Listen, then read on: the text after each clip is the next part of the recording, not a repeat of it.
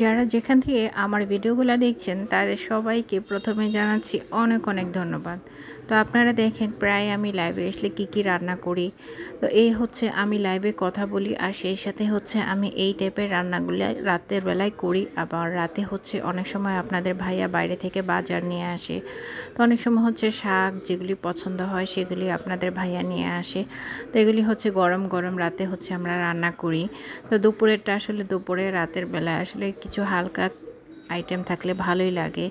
যেখানে হচ্ছে শাক আর হচ্ছে পুঁই শাক, শাপলা, বেগুন ভাজা, সেই সাথে হচ্ছে ডাল ভুনা।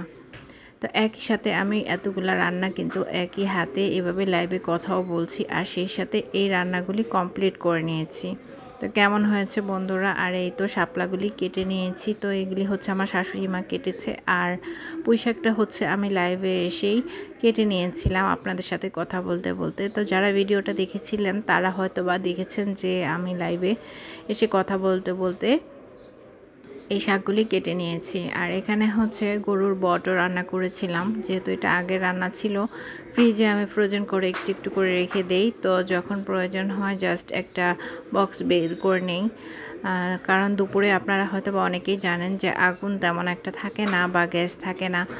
তো সেই ক্ষেত্রে আমাকে এভাবেই কিছু ফ্রোজেন করে রাখতে হয়। তো কিছু একটা আইটেম হলে আসলে খুবই ভালো হয়। আর আলু দিয়ে হচ্ছে শুটকি রান্না করেছে। আলু দিয়ে কারা কারা শুটকি রান্না করেন?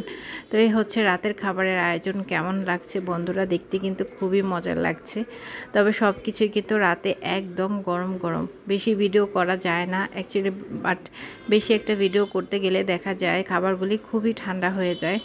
আর আলু দিয়ে কিন্তু কালো প্লেটে দেখতে পাচ্ছেন ওটা হচ্ছে আলু দিয়ে শুটকি রান্না করা হয়েছে। আর এখানে হচ্ছে বটটা আমি একদম ভাজা ভাজা করে নিয়েছি। আর সব কিছু কিন্তু রান্নাগুলি অনেক মজার ছিল আর খেতেও কিন্তু ভীষণ ভালো লাগে। আর শাপলার মধ্যে কিন্তু প্রচুর পানি থাকে। ঠিক এভাবে করে আমি শাপলার পানিটা বের করে তেলটা যখন বের হয়ে আসে ঠিক তখনই নামিয়ে ফেলি। আর ওইখানে এই ভিডিওটা জাস্ট আগে করা ছিল, আমি সেদিন আর করতে পারিনি। জাস্ট 3 মিনিটের ভিডিও যেহেতু করতে হবে, তারপর আরেক দিনের ভিডিওটা আমি জয়েন করে দিয়েছি একটু বড় করার জন্য, যেহেতু 3 মিনিট অবভিয়াসলি দিতেই হবে ভিডিও। আর এখানে হচ্ছে এটা রাতে ভাত খাওয়ার পরে আমি এই চিকেন মিটবলগুলি ভেজে নিয়েছিলাম। তো কেমন হয়েছে বন্ধুরা? আর এটা গরম গরম খেতে ভীষণ ভালো লেগেছিল। এটাও একদম গরম গরম আমি মেয়োনিজ আর হচ্ছে টমেটো সস সাথে পরিবেশন করেছিলাম।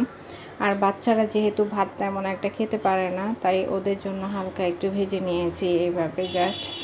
তো যাদের ভিডিওটা ভালো লেগেছে অবশ্যই আমাকে একটু কমেন্ট করে জানাবেন কেমন হয়েছে।